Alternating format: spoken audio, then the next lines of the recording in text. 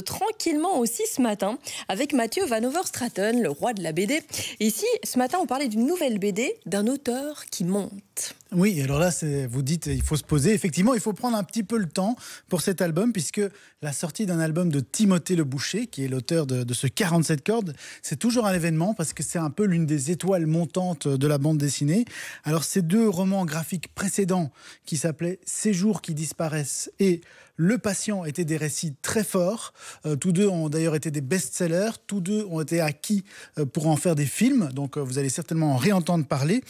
Et l'une des caractéristiques de Timothée Le Boucher, c'est que c'est quelqu'un qui aime prendre son temps pour poser son intrigue, explorer ses personnages, créer une ambiance. Alors, ces deux BD précédentes faisaient respectivement 200 et 300 pages. Ici, il fait plus fort encore, puisque 400. 47 cordes, il fait prolixe, 400 pages. Et ce n'est que le premier tome d'un diptyque, c'est-à-dire que ce sera deux tomes différents. Donc, il faut se poser, il faut prendre son temps. C'est vrai, 400 pages, c'est beaucoup. Elle parle de quoi, du coup, cette bande dessinée ? Alors, le personnage principal de cette histoire, il s'appelle Ambroise. C'est un jeune homme un peu solitaire qui aime se réfugier dans la musique, dans le dessin. Et à un moment donné, il pique une tête dans la mer, dans une petite crique isolée, loin de la foule. Et il est interpellé par une femme sur un hors-bord rutilant qui lui fait remarquer « Monsieur, c'est une plage privée ». Puis elle retire son immense chapeau, elle plonge à côté de lui, elle révèle une impressionnante chevelure rouge que vous voyez là à l'écran. Et Ambroise est tellement fasciné par cette femme si séduisante, si sûre d'elle, qu'il remarque trop tard que son sac à dos, dans lequel il y avait son ordinateur, est en train de tomber à l'eau. Enfin, il est tombé à l'eau, carrément. Et donc, il est un peu dépité. J'ai perdu mon ordinateur. Et la femme lui propose de lui racheter un ordinateur, mais en échange, il doit lui appartenir jusqu'à minuit. Oui. Alors, il lui dit, mais vous me prenez pour un gigolo ? Donc, évidemment, il refuse. Mais sur le chemin du retour, donc quand il quitte la plage, il y a plusieurs jeunes femmes qui abordent Ambroise. Et un peu plus tard, alors qu'il s'entraîne à la salle d'escalade, il fait la connaissance de Thomas, qui lui aussi s'intéresse apparemment à lui.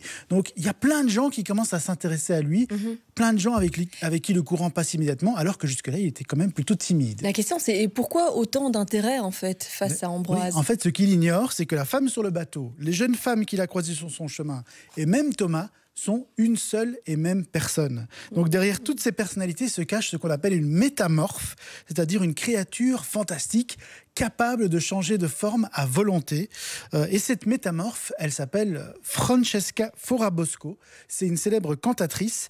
Et elle va prendre Ambroise sous son aile en promettant de lui offrir la harpe de ses rêves, puisqu'il fait de la harpe, s'il parvient à relever 47 défis, comme les 47 cordes sur une harpe. C'est pour ça que l'album s'appelle 47 cordes. D'accord. Mais attention, le deal est clair. S'il a un seul échec, s'il rate un seul des défis, l'instrument lui échappe pour de bon. Qu'est-ce qui vous a le plus plu dans cette BD ? Je trouve qu'elle a un côté vraiment très cinématographique, en fait. Ah oui, c'est très cinématographique, c'est très inquiétant, il y a un côté un peu angoissant, il y a une toile qui se tisse autour d'Ambroise, c'est très sensuel aussi, donc clairement c'est un album où on ne s'ennuie pas une seule seconde, même si ça fait 400 pages, notamment parce que ça explore la thématique du dédoublement de la personnalité qu'il avait déjà abordé dans ses BD précédentes, Timothée Le Boucher.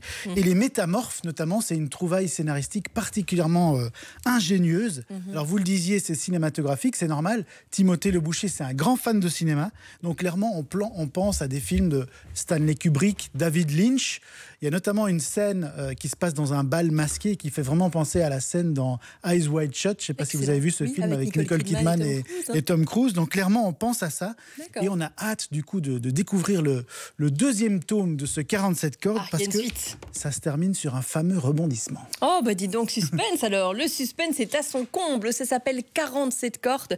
Ici, on a un exemplaire qui est offert par les éditions Glénat. On va jouer ensemble tout à l'heure dans l'émission. Vous envoyez Jouons vos coordonnées complètes au 60 03 pour 75 centimes le SMS.